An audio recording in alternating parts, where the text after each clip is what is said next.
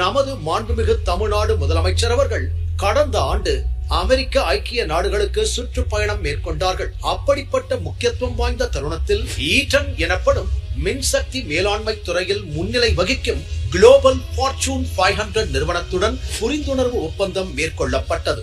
Eaten நிறுவனமானது சென்னை சோழிங்கநல்லூர் பகுதியில் ரூபாய் 200 கோடி முதலீட்டில் அதிநவீன வசதிகளை கொண்ட ஆலையை அமைக்கிறது.